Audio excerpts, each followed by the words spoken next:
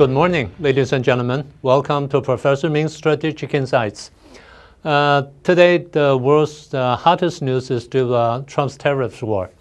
And last time we talked about how Beijing views this tariff war, and we briefly review how they exchange fires along the way. And we'll also briefly introduce how China or how Beijing launches a propaganda war against the United States on economic, political, and even on moral grounds on three fronts.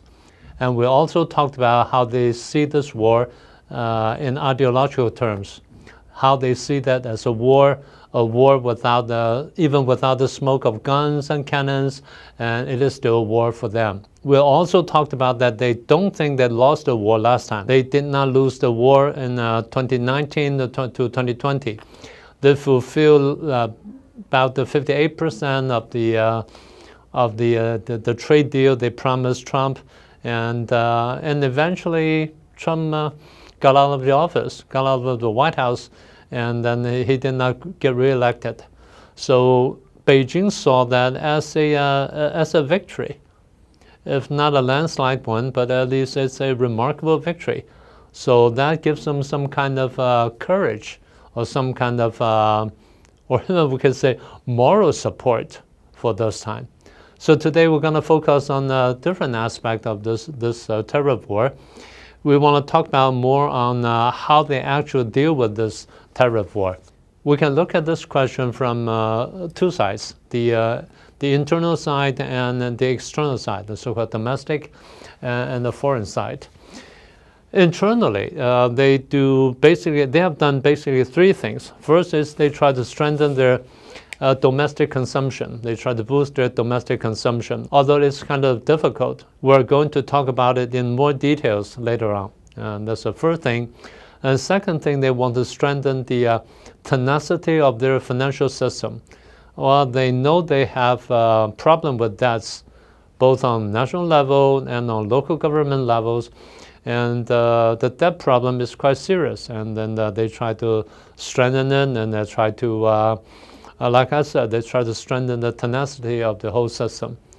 The third aspect, or the third part of their domestic effort is how to speed up or how to accelerate the technological innovation, although it takes some time, but they are aiming at it. So these are basically the three dimensions that they put their efforts in domestically. Externally, we have observed that they have adopted or they have launched three waves of responses to this tariff war. The first wave includes several parts. The first is the increased tariffs on U.S. goods on a retaliatory basis. They increased the tariffs on United States goods all the way to 125%, as we mentioned last time, and targeting primarily at America's farm produces and some high-tech products and energy, of course. That's the first thing. The second thing is they filed a complaint to the World Trade Organization accusing the United States of violating the rules of international commerce or international trade, and that's a joke. The third thing is they put a ban on export of rare earth.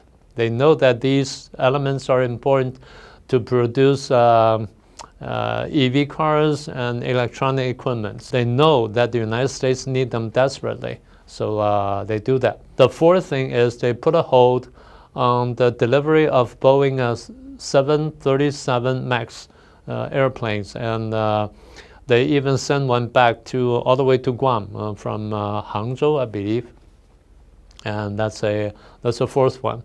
The fifth one is they demand their diplomats, the Chinese diplomats around the world, to enter into what they call a wartime state. And they're demanded to strengthen their effort in fighting back this tariff war imposed by the United States, and they try to seek cooperations from countries who suffered from this tariff, this U.S. tariff. They seek cooperation from European countries, ASEAN countries, BRICS countries, and even Japan and South Korea. although little has been achieved, but that's the direction that they're gonna work on, and I believe that's gonna last for quite some time. And those were the first wave of response China adopts to deal with the United States tariff war. The second wave began in last week, a little bit earlier than last week, actually. The first one is what we call a financial nuclear bomb. It is said, or news have it, that Beijing just sold out about a total of $50 billion worth of United States Treasury bonds. And they have altogether, I believe, $760 billion in total of U.S. Treasury bonds. And this is the first batch that is sold out. And it is what they call a nuclear, financial nuclear bomb. Well, it is not big, but it is a very clear sign that they want to wage a war, or at least they want to warn the United States that they have this kind of weapon in their arsenal. So that's the first thing. The second thing is, it is said that they just withdrew more than 2,000 tons of gold from Fed's New York branch, and they are already shipped back to Beijing and Shanghai and to store there. So that's the second thing they do. The third thing is that they are now promoting a policy, the policy that they had before, but they are now promoting it in a more upgraded level. This is what they call departure tax refund. And they're going to speed up the whole process, and they're going to facilitate the Chinese exporters for doing that. And they have two goals.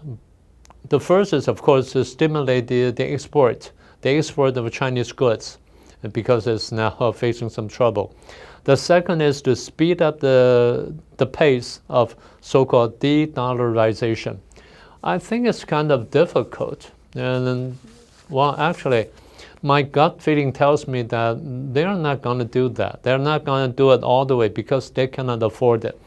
It's going to hurt them more than hurting the United States. So I don't think they're going to push it all the way to the limit. But anyway, it's kind of measures that they can take, or they can use it as a warn, as a sign to warn the United States from going any further. And that's the third thing. The fourth thing is they are launching a very accurate strike against the red states, so-called the Republican states, the states who support Trump strongly. Those are the what we call the agricultural states.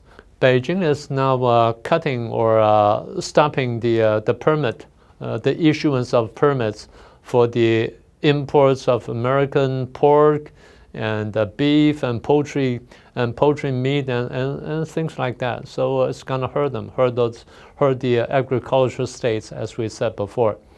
And then we also noticed that Beijing has imported less liquefied natural gas from the United States, probably only to the amount of 1/7 of what they imported from the United States compared to what they bought from the United States last year, about the same period, the first season of last year. And that's the fourth thing.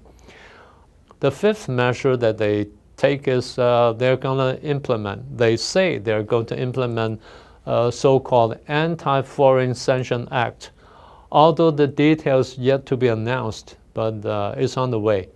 And it is said that they could freeze foreign assets and put a limit on deal or trades, and they could fight back, or they can put sanctions on American goods and things like that.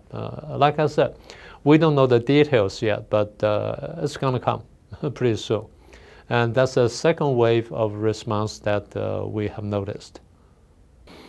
The third wave of Beijing's response to Trump's tariff war is it's been publicized or been reported, but we haven't seen much details yet. And we're not sure whether they're coming, but we guess they're going to come.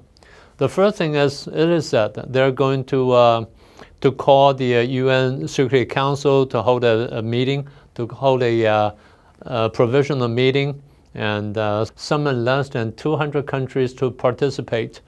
And they're going to condemn the United States of weaponizing so-called tariffs and to bully other countries around the world. And they said that this effort of the United States casts serious doubts to the global effort to seek peace and development. And if they succeed in doing this, I think it's going to hurt the United States to a certain extent. So the United States, I guess, would be preparing for this. And anyway, it's coming. So that's the first thing. The second thing is we noticed that Xi Jinping just paid a visit to countries like Vietnam, Malaysia, and Cambodia. And they struck some deals, some trade deals among these countries. First is to strengthen the relations between China and these countries. The second intention or the second goal is to prevent these countries or to deter these countries from selling out China to the United States, because that, as we figured, as we mentioned last time, United States may want to push these countries to raise their tariffs on China, on Chinese goods, and as a trade or as a bargaining chip. China is very much afraid of it. Remember we talked about this last time? We noticed that Trump has imposed 49% of tariff, extra tariff on Cambodia, and 48% on Laos, 46% on Vietnam, 44% on Myanmar, 36% on Thailand, 32% on Indonesia, and 24% on Malaysian goods. So these countries are under heavy pressure from the so-called Trump tariffs. So they have the motivation and they have the very strong incentive to negotiate with the United States, probably by betraying China. So that's a problem they're going to handle. They're going to calculate how to do is most beneficial to them. And they all have different reasons. But we're going to talk about that in our later programs as things evolve. And next thing is they'll be probably thinking about playing the Taiwan card. There are so many things they can do about Taiwan. We're going to talk about that in future programs. Anyway, like I said, it's an important card for them, and it's almost like a trump card for Beijing. So they're going to use it at the right time and at the right place and at the right tempo too. So we're going to talk about that later. So eventually, let me go back to one of the topics we talked about previously. What do they want? What does Beijing want out of this deal, out of this tariff war against the United States? We mentioned that they have 3 layers of goals. The bottom layer or the lower layer is they will sign an agreement, sign a deal, but they will not fulfill all of it. They will not fulfill it to the full. They'll fulfill only part of it, and hopefully that Trump will be happy about it, and Trump will probably stop somewhere. That's the bottom line. And as for the middle layer of their goal is to create trouble for Trump, together with the American forces, like the Democrats, the Wall Street big guys, and some leftist forces in the United States, or even the average people who can no longer suffer the increase of living costs and food prices, gas prices, food prices and gas price and things like that. And hopefully that put an end to the tariff war. As for the top goal for Beijing in this tariff war is to create bigger problem, or even a bigger problem for the United States, and hopefully to put an end to United States hegemony, economically, militarily, and technologically. Don't ask me why, because I'm going to talk about it later in details. And then after they successfully squeeze the United States out of Asia, they'll probably seize Taiwan and then probably claim hegemony over the United States. So it is crazy as we see it now. But believe me, it's on their agenda. So like I said, they may be crazy, but they have their own rationale. And they have their own logic Their logic is quite different from ours because they're communists and we're not. So, but anyway, let's all be more cautious about what they would do and how we're going to fight back to protect our values. And I think that's all I want to share with you today. And I hope you like today's program. Please share it with your friends, and then please subscribe if you haven't done so. And also click the icon bell. Don't forget to do it so that you'll get an in-time notification when we have a new program out.